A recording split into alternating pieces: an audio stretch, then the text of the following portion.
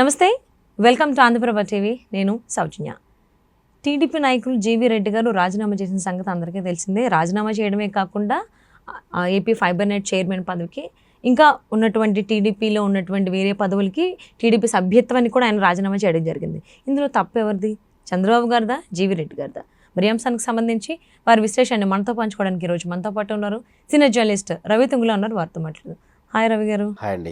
So GV Reddy గారు AP fibre net చైర్మన్గా పదవి ఇలా తీసుకున్నారో లేదో ఇమీడియట్గా ఆయన ఏదో చేయాలనుకుని చేసేసేయడం జరిగింది. సో తర్వాత చంద్రబాబు నాయుడు గారు మందలించడం కూడా జరిగింది. బట్ అక్కడ ఆయన చాలా హర్ట్ అయ్యారు, అందువల్లనే ఆయన రాజీనామా చేశారని చాలా మాటలు, పుకార్లు, చక్కర్లు కొడుతున్నాయి. ఇందులో ఇంతకీ అసలు ఏం జరిగింది, ఏంటి, తప్పు ఎవరిది అంటారు? సో మీరు అన్న వాటిల్లో ఇది పుకారు కాదండి. జీవీ రెడ్డి గారు హర్ట్ అయిన మాట వాస్తవం, అందులో ఎలాంటి డౌట్ లేదు. ఎందుకంటే రాజకీయాల్లో ఇప్పుడు జీవీ రెడ్డి గారు రాజకీయాలు కొత్త. సో కొత్త అయిందా, ఆయనకి పార్టీ అధికారంలో లేనప్పుడే టీడీపీకి వచ్చారు, పార్టీ కోసం కష్టపడ్డారు, స్పోర్ట్స్ పర్సన్గా చాలా డిబేట్స్లో పాల్గొన్నారు. సో పార్టీకి చాలా వెన్నుదన్నుగా నిలబడ్డారు. వెల్ గుడ్, నుంచి ఆవేశం నిలబడ్డారు, అంతా బాగుంది. సో మనం అధికారంలో లేనప్పుడు మనం ఎంత ఆవేశంగా ఉన్నా అవన్నీ మనకి పార్టీకి ప్లస్ అవుతాయి. కానీ అధికారం వచ్చిన తర్వాత we are as a responsible citizen. So మనకి ఒక బాధ్యత ఉంటుంది. సో మనం అధికారంలో లేనప్పుడు ఒకలాగా, ఉన్నప్పుడు ఒకలాగా బిహేవ్ చేయాలి. సో అధికారంలో ఉన్నప్పుడు లేనప్పుడు ఒకేలా ఉంటారంటే కుదరదు. సో జీవీ రెడ్డి గారు ఫైబర్ నెట్ చైర్మన్ అయినప్పుడు అందరూ హ్యాపీగా ఫీల్ అయ్యారు. సో కుర్రవాడు బాగా చేస్తాడు అంతా. సో పార్టీ కూడా మంచి పార్టీ కూడా అతనికి మంచి అవకాశం ఇచ్చింది కాబట్టి రాబోయే రోజుల్లో బాగా చేస్తారనుకున్నారు. అనుకున్నట్టుగా ఆయన వచ్చి రాగానే గతంలో సోషల్ మీడియా అంటే ఈ టీడీపీ వాళ్ళని, చంద్రబాబుని, పవన్ కళ్యాణ్ని, లోకేష్ని, పురంధేశ్వరిని తిడటానికి ఎవరైతే సోషల్ మీడియా వాళ్ళని వైసీపీ వాడుకుందో వాళ్ళందరికీ ఈ ఫైబర్ నెట్ నుంచే జీతాలు వెళ్ళి అని ఆయన జీవీ రెడ్డి ప్రధాన ఆరోపణ. సో దాంతో 400 మందిని ఉద్యోగం నుంచి తీసేశారు ఆయన. ఆ తర్వాత నేను తీసేసిన తర్వాత అది కార్యరూపం దాల్చలేదు. ఈయన తీశారు కరెక్టే, కానీ ఆయన ఎండీ తీయలేదు. సో ఆయన ఫైబర్ నెట్ ఎండీగా పనిచేసిన దినేష్ కుమార్ ఆయన తీయలేదు. సో ఆయన వాళ్ళు నిన్న కూడా ఆయన్ని ట్రాన్స్ఫర్ చేశారు, అది వేరే విషయం. జీవీ రెడ్డి రాజీనామా తర్వాత ట్రాన్స్ఫర్ చేశారు. అయితే ఆయన కొంచెం ఈగో సాటిస్ఫై కాలేదు. సో నేను చెప్పిన తర్వాత కూడా తీయకపోగా ఈ నెల కూడా శాలరీస్ ఇచ్చారు అని కోపంతో ఆయన ఓ ప్రెస్ మీట్ పెట్టి కొంచెం అట్లా మాట్లాడారు. అయితే ఇదంతా బాగానే ఉంది. కానీ ఒక్కసారి వెనక్కి వెళ్ళి చూస్తే అధికారం రాకముందు మనం ఎలా బిహేవ్ చేసినా చెల్లుతుంది.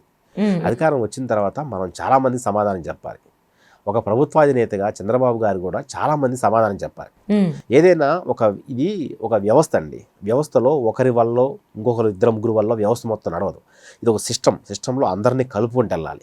సో మీకు ఆ సిస్టంలో 400 మంది ఇలా గతంలో ఇలా చేశారంటే దానికి ఒక సిస్టమ్ ఉంటుంది. దానికి ఒక షోకాజ్ నోటీస్ ఇవ్వాలి, వాళ్ళందరినీ ఎందుకు తీసేస్తున్నావు చెప్పాలి, దానికి కొంచెం టైం పట్టింది. అంతే తప్ప నేను సినిమాల్లో చూపించినట్టు రాగానే ఫటాఫట సంతకాలు పెట్టేసి మీరు వెళ్ళిపోండి అంటే కుదరదు. అది సాధ్యం కాదు. ఎందుకంటే ప్రజాస్వామ్య వ్యవస్థలో అది సాధ్యం కాదు. ఒకవేళ అలా తీసేస్తే వాళ్ళందరూ కోర్టుకు వెళ్తే పరిస్థితి ఏమయ్యేది? ఇప్పుడు ఈయన ఉన్నారు, ఈయన చెప్పంగా అని చెప్పి ఆయన కూడా, దినేష్ కుమార్ కూడా అవన్నీ తీసేస్తే వాళ్ళంతా కోర్టుకు వెళ్తే ఇది ఎంతకాలం నడిచేది? ఎంతకాలం శాలరీస్ ఇవ్వాల్సి వచ్చేది? ఇది తప్ప రైట్ అనే విషయం అప్పుడు మళ్ళీ ఇంకో డిస్కషన్ వచ్చేది. సో ఇప్పుడు అలా చేసేందుకు అవకాశం ఈయన ఇచ్చినట్టయింది, జీవీ రెడ్డి గారు ఇచ్చినట్టయింది. అదిగాక ఇవి ఫటాఫటా తీసిన డెసిషన్స్ కాదండి, ఇది ఒక సిస్టమ్. ఈ సిస్టంలో ప్రతిదీ పై వ్యక్తులకి చెప్పి ఒకసారి ఇలా ఉంది ఏం చేయమంటారని అడగాలి. ఎందుకంటే సిస్టమ్ అలా ఉంటుంది. ఇప్పుడు చంద్రబాబు గారు కూడా ఆయన సొంతంగా డెసిషన్స్ తీసుకోరు. మంత్రిమండలిలో కూర్చుంటారు, అందరూ కలిసి మాట్లాడుకున్న తర్వాత వారిని సీఎస్కి వివరించి, మిగతా మంత్రులు కూడా వివరించిన తర్వాత ఆయన డెసిషన్ తీసుకుంటారు. ఇది ఒక సమాఖ్య వ్యవస్థ, అందరం కలిసి కూర్చొని మాట్లాడుకోవాలి. కానీ ఇది సినిమాల్లో చూపించినట్టుగా నేను ఇవాళ వచ్చేస్తాను, రేపు పొద్దున యాక్షన్ తీసుకుంటానంటే కుదరదండి. సో జీవీ రెడ్డి ఆవేశం ఎవరికైనా ప్లస్ అవ్వాలి తప్ప అది పార్టీకి, ప్రభుత్వానికి మైనస్ అవ్వకూడదు. సో ఇక్కడ సిచ్యువేషన్లో సర్కిల్ అది మైనస్ అయ్యే పరిస్థితి కనపడింది. ఇలాంటి సిచ్యువేషన్లో ఏ ప్రభుత్వాధినేత ఎవరైనా ఏం చేస్తారు? పిలిచి మాట్లాడతారు, ఇలా కాదు బిహేవ్ చేసేది, ఇలా కాదు చెప్తారు. అది చంద్రబాబు కూడా చేశారు. ఎందుకంటే జీవీ రెడ్డి గారి వల్ల ఇప్పుడు ఆయన పార్టీని ఆయన మసకబారలో ఆయన చేసుకోలేరు కదా. ఎందుకంటే ఇప్పుడు ఈయనున్నాడు, ఇది ఒక మంచి కుటుంబ వ్యవస్థ ఇప్పుడు టీడీపీ పార్టీ అనేది. సో అందరూ ఒక చంద్రబాబు గారి మాట వినాలి, ఆయన చెప్పింది చేసుకుంటా వెళ్ళాలి. సో ఆయన చెప్పిన ఆజ్ఞలు పాటించు, సలహాలు సూచనలు పాటించుకుంటా ముందుకు వెళ్ళాలి. ఈ ముందుకు వెళ్ళే క్రమంలో అందరూ ఒక సిస్టంలో వెళ్తూ ఉంటారు. ఈ సిస్టంలో కూడా జీవీ రెడ్డి గారు కూడా కలిసి వెళ్ళాలి తప్ప, లేదు నేను సపరేట్గా ఉంటాను, నేను సపరేట్గా అందరికన్నా డిఫరెంట్గా ఉంటాను, ఆవేశంగా ఉంటాను కుదరదు. ఎందుకంటే రేపు ఇప్పుడు ఈయన ఒక అసంతృప్తి గల వ్యక్తం చేశాడు. ఈయన చంద్రబాబు గారి పార్టీ వ్యవహారాలకు ఆయన చెప్పకుండా పార్టీకి కూడా ఇన్ఫార్మ్ చేయకుండా ప్రెస్ మీట్ పెట్టేశారు. ఇప్పుడు ఈయన సరే ఓనీలే సరే యువకుడు మంచివాడు మన పార్టీకి ఉపయోగపడతా అని ప్రెస్ మీట్ పెట్టి ఓకే అని ఇస్తే రేపు ఈయన చూసి ఇంకొకరు ఇద్దరు పెట్టడానికి గ్యారంటీ ఏంటి? అప్పుడు పార్టీ పరిస్థితి ఏంటి? పార్టీలో అసమ్మతి రాగాలి ఎక్కువైపు. సో కాబట్టి ఏదైనా సిస్టమేటిక్గా జరగాలి. సో మీరు ఇట్లా ఎలా జరిగింది ఎలా పెడదాం అనుకుంటున్నారు, నువ్వు ఎవరికి ఇన్ఫార్మ్ చేశారు? ఇన్ఫార్మ్ చేయాలి కదా, సొంత డెసిషన్ తీసిన కాదు కదా. మరి మీరు ఒక రెప్యూటెడ్ పార్టీలో ఉన్నారు, ఒక మంచి పదవిలో ఉన్నారు. సో అలాంటప్పుడు మీరు ఎలా బిహేవ్ చేయాలి? సో ఆవేశం వేరు, ఆలోచన వేరు అది. సో ఇక్కడ ఆయన ఆ లైన్ మిస్ అయ్యారు. ఆ లైన్ మిస్ అవడంతో సో చంద్రబాబు గారు తప్పదు, మరి ఆయన రంగంలో దిగిన తర్వాత ఇది కాదు చేసే విధానం, ప్రతిదీ చెప్పాలి, చెప్పిన తర్వాత అందరూ పర్మిషన్ తీసుకోవాలని చెప్పి కొంచెం గట్టిగానే మందలించారు. అదే టైంలో ఆ అవతల అధికారి కూడా మందలించారు. సరే ఎందుకంటే ప్రస్తుతానికైతే అక్కడ ఆయన అంతవరకు చేయగలరు, మందలించారు. సో దాంతో ఈ జీవీ రెడ్డి గారు హర్ట్ అయిపోయి సో పార్టీకి ప్రధానమంత్రిగా రాజీనామా చేశారు. సో దానికి కూడా ఇక ఎందుకంటే సిస్టమ్ ముందు అందరూ సమానమే, వ్యవస్థ ముందు. సో ఖచ్చితంగా ప్రతి ఒక్కరికి వ్యవస్థకు లోకేష్ ఒకలాగా, చంద్రబాబు ఒకలాగా, పవన్ కళ్యాణ్ ఒకలాగా, జీవీ రెడ్డి ఒకలా ఉండదు, అందరికి ఒకేలా ఉంటుంది. ఓ సిస్టమేటిక్గానే వెళ్ళాలి. సో ఇప్పుడు గవర్నమెంట్ తరఫున ఆయన జీవీ రెడ్డికి చెప్పిన తర్వాత ఆయన కన్విన్స్ అయ్యాడో లేదో తెలియదు. ఎందుకంటే కన్విన్స్ అయినట్లేడు, కొంచెం ఫీల్ అయ్యి అందుకని పార్టీకి అనేది రాజీనామా చేశాడు. కానీ గవర్నమెంట్ కూడా వెంటనే ఇక మరి ఆయన చెప్పాల్సింది చెప్పింది, ఆయన టికెట్ గ్రాంటెడ్గా తీసుకోలేదు. దాంతో ఆయన రాజీనామా చేశాడు. అంటే రాజీనామా ఇప్పుడు గవర్నమెంట్ యాక్సెప్ట్ చేసిందా? చంద్రబాబు యాక్సెప్ట్ చేశారు. మరి చెప్పి చూశారు. మరి చెప్పిన తర్వాత ఆయన వీళ్ళ వెర్షన్ వినట్లేరు. అంటే పెద్దగా కొంచెం ఆయనకి కన్విన్స్ అవ్వలేదు, ఇబ్బంది ఫీల్ అయ్యాను, నేను నా మాట చెల్లుబాటు కాలేదని ఎక్కడో ఒక ఫీల్ అయిన అంటున్నాడు. అందుకని చెప్పి ఆయన మానేశాడు. పార్టీ కూడా సరే ఓకే అని చెప్పింది. అదే టైంలో అప్పుడు ఎవరి మీద అయితే అతను ఆరోపణలు చేశాడో ఆయన కూడా ఇప్పుడు వేరే దానికి ఇప్పుడు జనరల్ అడ్మినిస్ట్రేషన్కి రిపోర్ట్ చేయమని చెప్పేశారు దినేష్ కుమార్ని. సో కాబట్టి వ్యవస్థలో ఒకరి సోలోగా వెళ్ళిపోదాం, స్వతంత్రంగా వెళ్ళిపోదాం అంటే కుదరదండి. ఎందుకంటే డెసిషన్స్ అనేవి కరెక్ట్గా తీసుకోవాలి. ఇది చాలామంది సంబంధించిన విషయం. ఫైబర్ నెట్ అనేది ఇందులో ఫైబర్ నెట్లో అక్రమాలు జరిగినాయి, గత ప్రభుత్వ హయాంలో జరిగినాయి. ఆ జరిగినాయి అనేసి ప్రపంచానికి బయటకు తీసుకొచ్చే పద్ధతి ఒకటి ఉంది, ఆ పద్ధతి ప్రకారం రావాలి. సో సొంతంగా ప్రెస్ మీట్లు పెట్టేసి సో హైర్ అఫీషియల్కి చెప్పకుండా ఇట్లా వాళ్ళని తీసేయండి వీళ్ళని తీసేయడం కరెక్ట్ కాదు. సో అందుకే ఇక్కడ కొంచెం హైరార్కీ తప్పింది. ఈ హైరార్కీ విషయంలో చంద్రబాబు గారు, జీవీ రెడ్డి గారు చేసింది 100కి 100 తప్పే. ఎందుకంటే ఆయన ఖచ్చితంగా సంప్రదించాలి, ఇన్ఫార్మ్ చేయాలి. ఇన్ఫార్మ్ చేయకుండా ఇప్పుడు ఆయన సొంత డిసిషన్ తీసుకుంటే కాదు కదా. ఎందుకంటే తర్వాత దానికి ఇంకా ముందు చాలా దాని మీద గవర్నమెంట్ ఎఫెక్ట్ కూడా పడుతుంది కదా. మరి పడుతుంది కదా మరి, అందుకని ఆలోచించాలి. సో అవన్నీ ఆలోచించి చంద్రబాబు గారు ఆయన పిలిచి చెప్పారు. ఆయన కన్విన్స్ కాలేదు, ఆయన పార్టీ నుంచి తప్పుంటా అన్నారు. ఓకే. ఇప్పుడు జీవీ రెడ్డి గారు చేసింది తొందరపాటు చర్య అని కూడా కొంతమంది దగ్గర అభిప్రాయపడుతున్నట్టుగా టీడీపీ నేతల దగ్గర నుంచే. ఇప్పుడు జీవీ రెడ్డి గారు పార్టీ పదవికి రాజీనామా చేయగానే టీడీపీ వర్గాల్లోనే చాలామంది ఆయనకు సపోర్ట్గా నిలిచారు జీవీ రెడ్డికి.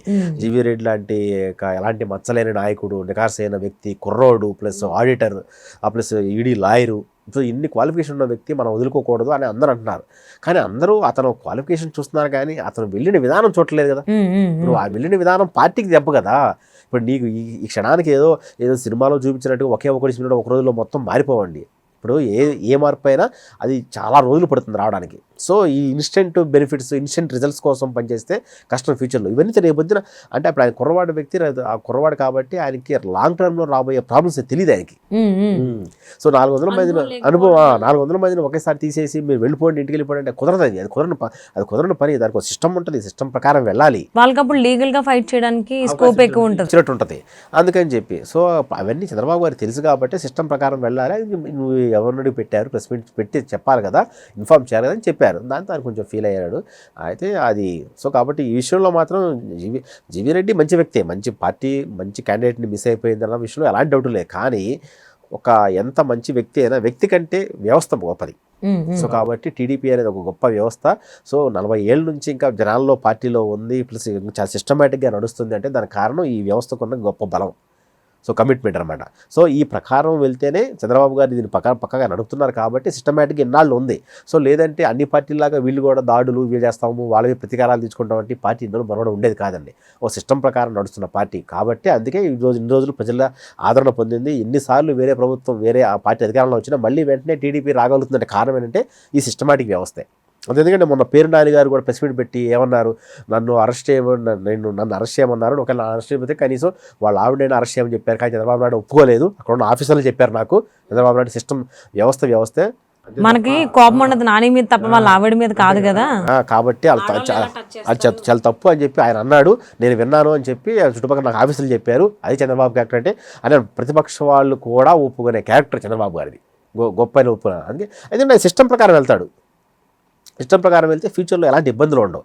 అది తెలియకే జీవీ రెడ్డి కొంచెం ఆవేశపడ్డాడు. కానీ అంటే ఇప్పుడు ఆవేశం ఓకే, ఆవేశం తగ్గిన తర్వాత ఒకవేళ జీవీ రెడ్డి నేను మళ్ళీ పార్టీలోకి వస్తాను, మళ్ళీ ఏదైతే నేను పదవి నుంచి రాజీనామా చేశానో అది నేను తీసుకొని చక్కగా మీరు చెప్పిన మాటల్లోనే, ఆ మాటలకు అనుగుణంగానే మీ అడుగుజాడల్లోనే వెళ్తాను అనేటువంటి ఉద్దేశంలోకి మళ్ళీ వస్తే అప్పుడు ఏంటి పరిస్థితి? వస్తే ఖచ్చితంగా ఆహ్వానించండి. ఎందుకంటే మంచి క్యాండిడేట్ అండి, చాలా మంచి క్యాండిడేట్, చాలా సిన్సియర్గా నికార్సంగా పనిచేశాడు. ప్లస్ అన్నిటికీ మించి హైలీ ఇంటలెక్చువల్ క్యాండిడేట్.